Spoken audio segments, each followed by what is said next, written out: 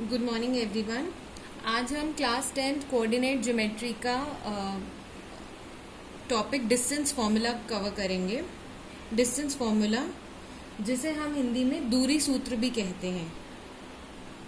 Distance formula Hindi में दूरी सूत्र। क्लास 10 कोऑर्डिनेट ज्योमेट्री चैप्टर 7 निर्देशांक ज्यामिति का चैप्टर 7 है क्लास 10th में। सबसे पहले डिस्टेंस फॉर्मूला करने से पहले हमें एक चीज में थोड़ी क्लैरिटी होनी चाहिए। पाइथागोरस थ्योरम के बारे में हमें पता होना चाहिए। किसके बारे में? पाइथागोरस प्रमेय। हिंदी में इसे पाइथागोरस प्रमेय कहते हैं। जैसा कि हम सब जानते हैं, पाइथागोरस थ्योरम हमेशा एक राइट एंगल ट्राइंगल पर अप्लाई की जाती है। राइट एंगल ट्रायंगल, ये है हमारा राइट एंगल जो कि 90 डिग्री का है। ये ए हो गया, ये सी हो गया। जैसे कि हम सब देख सकते हैं कि ए बी सी एक राइट एंगल ट्रायंगल है।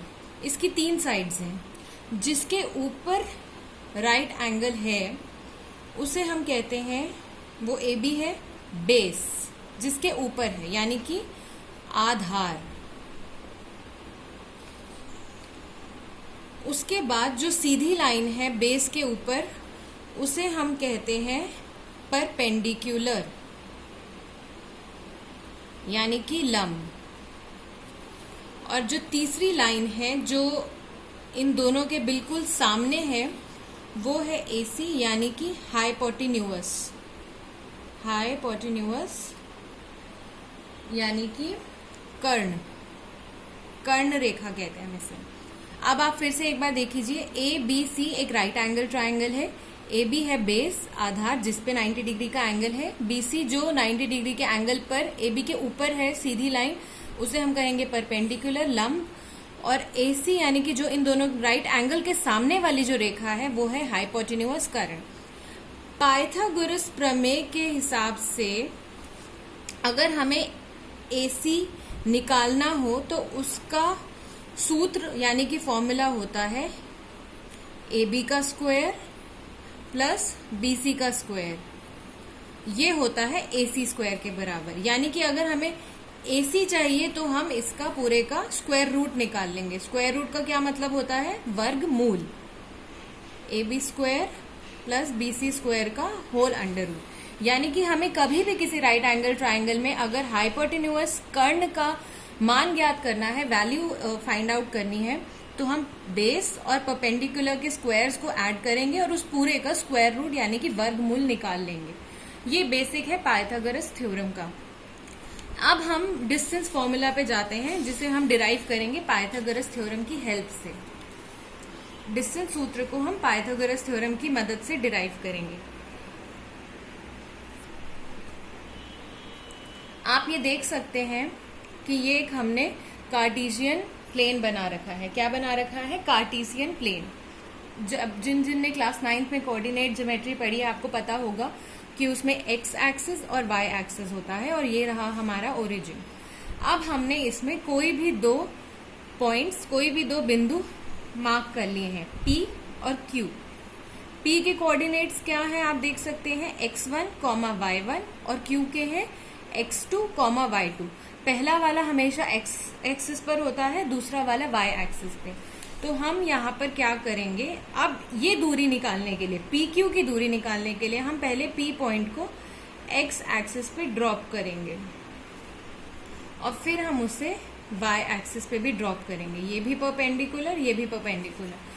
अब हमने जब P को x एक्सिस पे ड्रॉप किया है, तो क्योंकि इसका x कोऑर्डिनेट x1 है, तो यानी कि ये वाली दूरी x1 के बराबर हो जाएगी। अगर ये पॉइंट x1 है तो ये भी x1 हुआ, यानी कि इतनी दूरी किसके बराबर है? x1 के बराबर। उसी प्रकार से अगर P का y कोऑर्डिनेट y1 है, तो यानी कि ये दूरी y1 के बराबर हो गई। जाहिर सी बात है, अगर P की ऊंचाई y1 है तो ये P की ऊंचाई ही है, जिसे हम y1 कहेंगे। उसी प्रकार से हम Q के भी x पे और y पे, x एक्सिस और y एक्सिस पे परपेंडिकुलर बनाएंगे Q से भी। अब Q जो है उसका x कोऑर्डिनेट x2 कहला रहा है, x2, यानी कि ये वाली दूरी जो है इतनी पूरी x2 है यहाँ तक की, और इतनी कितनी थी x1। उसी प्रकार Q का y एक्सिस पे कितनी दूरी Q ने कवर की है, आप देखिए Q का y कोऑर्डिनेट किसके बराबर है, y2 के, यानी कि उसने y एक्सिस पे y2 जितनी दूरी कवर की है, और ये y1 था जो P का था। अब ये हम यहाँ से हमें क्या क्लियर हो रहा है कि P ने कितनी ऊंचाई कवर की है, y1, और Q ने y2। P ने यहाँ पर कितनी दूरी कवर की है, x1, और Q ने x2। ठीक है, अब हम ये, अगर हमें ये वाला जगह निकालनी हो, इसे हम A और इसे B कह लेते हैं, और इसे हम C और D कह लेते हैं। अब अगर हमें AB में निकालना हो तो आप कैसे निकाल सकते हैं, आप खुद सोचिए।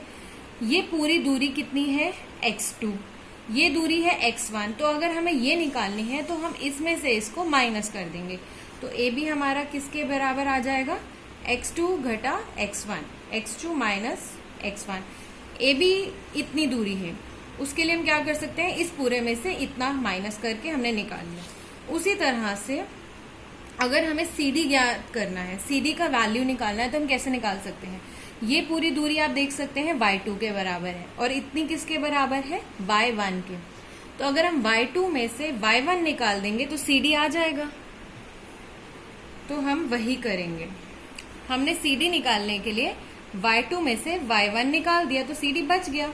ये हो गया बहुत ही सिंपल। अब हम एक लाइन ऐसे बना देंगे, हमने ज्वाइन कर दिया, इसे हम R कह लेते हैं, तो ये भी क्या हो गया, हमारा 90 डिग्री का एंगल। ठीक है, अब अगर ये 90 डिग्री का एंगल है तो ये हमारा राइट एंगल ट्राइंगल हो गया।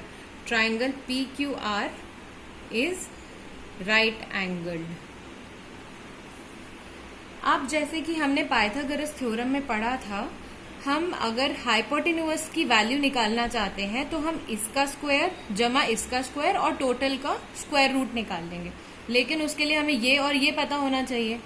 ये दूरी इस दूरी के बराबर है क्लियरली, तो इसको हम PR को क्या कह सकते हैं, PR is equal to AB, यानी कि x2 माइनस x1। आप फिगर में देख भी सकते हैं PR AB के बराबर।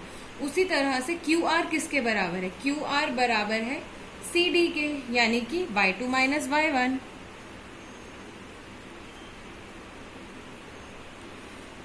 अब हमारे पास PR भी आ गया है, QR भी आ गया है, तो हम PQ कितने सरलता से निकाल सकते हैं। PQ क्या हो जाएगा, होल स्क्वायर रूट पूरे का वर्गमूल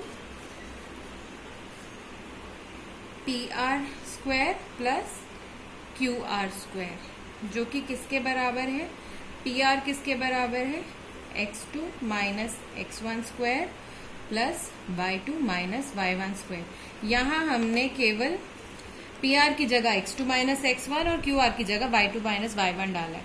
इसका मतलब ये है कि हमें कभी भी अगर एक कोऑर्डिनेट ज्योमेट्री का सवाल आता है कार्टेशियन प्लेन में, किन्हीं भी दो पॉइंट्स के बीच की दूरी निकालनी है, तो उसका फॉर्मूला ये है, दूसरे पॉइंट के x में से पहले पॉइंट का x घटा के उसका स्क्वायर करेंगे, जमा करेंगे दूसरे पॉइंट के y में से पहले पॉइंट का y निकाल के घटा के उसका स्क्वायर निकालेंगे, और इस पूरे को हम स्क्वायर रूट कर देंगे, तो हमें इन दोनों पॉइंट्स के बीच की दूरी मिल जाएगी। अगर आपको दोबारा समझना हो तो आप इस वीडियो को रिपीट मोड पर देख सकते हैं। मैं एक बार फिर से ये फॉर्मूला लिखना चाहूंगी। PQ अगर P पॉइंट के कोऑर्डिनेट है x1 y1 और Q पॉइंट के कोऑर्डिनेट है x2 y2, तो PQ होता है स्क्वायर रूट वर्गमूल x2 माइनस x1 का square plus y2 minus y1 का स्क्वायर। Thank you. ओके, तो अब हम डिस्टेंस फॉर्मूला का एक क्वेश्चन करके देखते हैं, ताकि हमें थोड़ी सी और क्लैरिटी हो जाए कि जब हमें नंबर दिए होते हैं तो हम उसे फॉर्मूला में कैसे पुट करते हैं। तो क्वेश्चन कुछ इस तरह से आएगा कि find out the distance between the given points using distance formula. ठीक है, आपको क्वेश्चन में ही दिया हुआ है कि आपको दूरी सूत्र के मदद से, कि उसकी हेल्प से उसे यूज करते हुए आपको डिस्टेंस निकालना है। फर्स्ट में हमें 2 पॉइंट दिए हुए हैं P और Q। P के कोऑर्डिनेट्स हैं 1, 1 और Q के हैं 3, 3। उसी तरह से दूसरा सेकेंड पार्ट में दिए हुए हैं A और B। A के कोऑर्डिनेट है -2, 2 और B के हैं -4, 4। इसे मैंने ग्राफ में भी प्लॉट किया है। P ये रहा 1, 1, Q ये रहा 3, 3। ये हमारा फर्स्ट क्वाड्रेंट में है क्योंकि दोनों पॉजिटिव हैं। और जो हमारा दूसरा पॉइंट था A और B -2, 2 यानी कि हमारा सेकंड क्वाड्रेंट आ गया। और B क्या है -4, 4। अब हम ये वाला पार्ट सॉल्व करेंगे, A और B की दूरी निकालेंगे क्योंकि इसमें एक माइनस वाला पॉइंट है, तो मुझे लगता है कि वो कवर करना आपको थोड़ा बेटर होगा। तो A के कोऑर्डिनेट्स कहते हैं -2, 2, जिसको हम x1 और y1 ले लेते हैं, यानी कि x1 क्या हो गया -2 और y1 क्या हो गया 2। उसी तरह से B को हम x2 और y2 की तरह से लेंगे, तो x2 हो गया हमारा -4 और y2 हो गया हमारा 4। अब डिस्टेंस फॉर्मूला के हिसाब से AB किसके बराबर होगा, आप देख सकते हैं किसके बराबर होगा। हम अगर फॉर्मूला लगाते हैं एग्जैक्टली ऐसा ही लिखते हैं तो x2 माइनस x1 का square plus y2 minus y1 का स्क्वायर। कभी भी आपको डिस्टेंस फॉर्मूला का कोई भी क्वेश्चन आता है तो मेरी समझ से आप पहले पॉइंट्स को x1, y1, x2, y2 करके लिख लीजिए और उसके बाद फॉर्मूला उतारिए। तो उसमें क्या होता है कि आप डायरेक्टली ऊपर से देखकर x2 की जगह x2, y2 की जगह y2, x1 की जगह x1, y1 की जगह y1 आप क्लियरली पुट कर सकते हैं। तो अब हम इसे सॉल्व करेंगे। x2 किसके बराबर है -4 के, x1 किसके बराबर है -2 के, और फॉर्मूले के अंदर ऑलरेडी एक माइनस का साइन है, तो फॉर्मूले वाला माइनस और x1 वाला भी माइनस और इस पूरे का स्क्वायर। आप ये देखिए x2 की जगह मैंने -4 लिखा, उसके बाद फॉर्मूले वाला माइनस लगाया, फिर x1 की जगह -2 लिखा और फिर पूरे का स्क्वायर किया। y2 की जगह हम क्या लिखेंगे 4, फिर फॉर्मूले वाला माइनस और फिर y1 की जगह हम लिखेंगे 2 और फिर फॉर्मूले वाला स्क्वायर। अब हम इसे फर्दर सॉल्व करेंगे। ये क्या हो जाएगा -4 और माइनस माइनस क्या हो जाता है प्लस, और ये 4 - 2 कितना होता है 2। नेक्स्ट स्टेप में हम क्या करेंगे, -4 + 2 कितना होता है। माइनस प्लस जब भी हम करते हैं हमेशा बड़े वाले में से छोटा वाला घटाते हैं और साइन हमेशा बड़े नंबर का आता है, तो यानी कि ये हो जाएगा -2। -4 + 2 कितना हो जाएगा -2 उसका स्क्वायर प्लस 2 का स्क्वायर। अब अगले स्टेप में -2 का स्क्वायर क्या हो जाएगा 2 × 2 होता है हमारा 4, और क्योंकि 2 है इवन नंबर है तो माइनस हमारा ऑटोमेटिकली चला जाएगा। उसी तरह से 2 का स्क्वायर क्या होगा 2 × 2 = 4। ये 4 + 4 कितना हो गया 8, यानी कि 8 यूनिट्स आ गया आपका।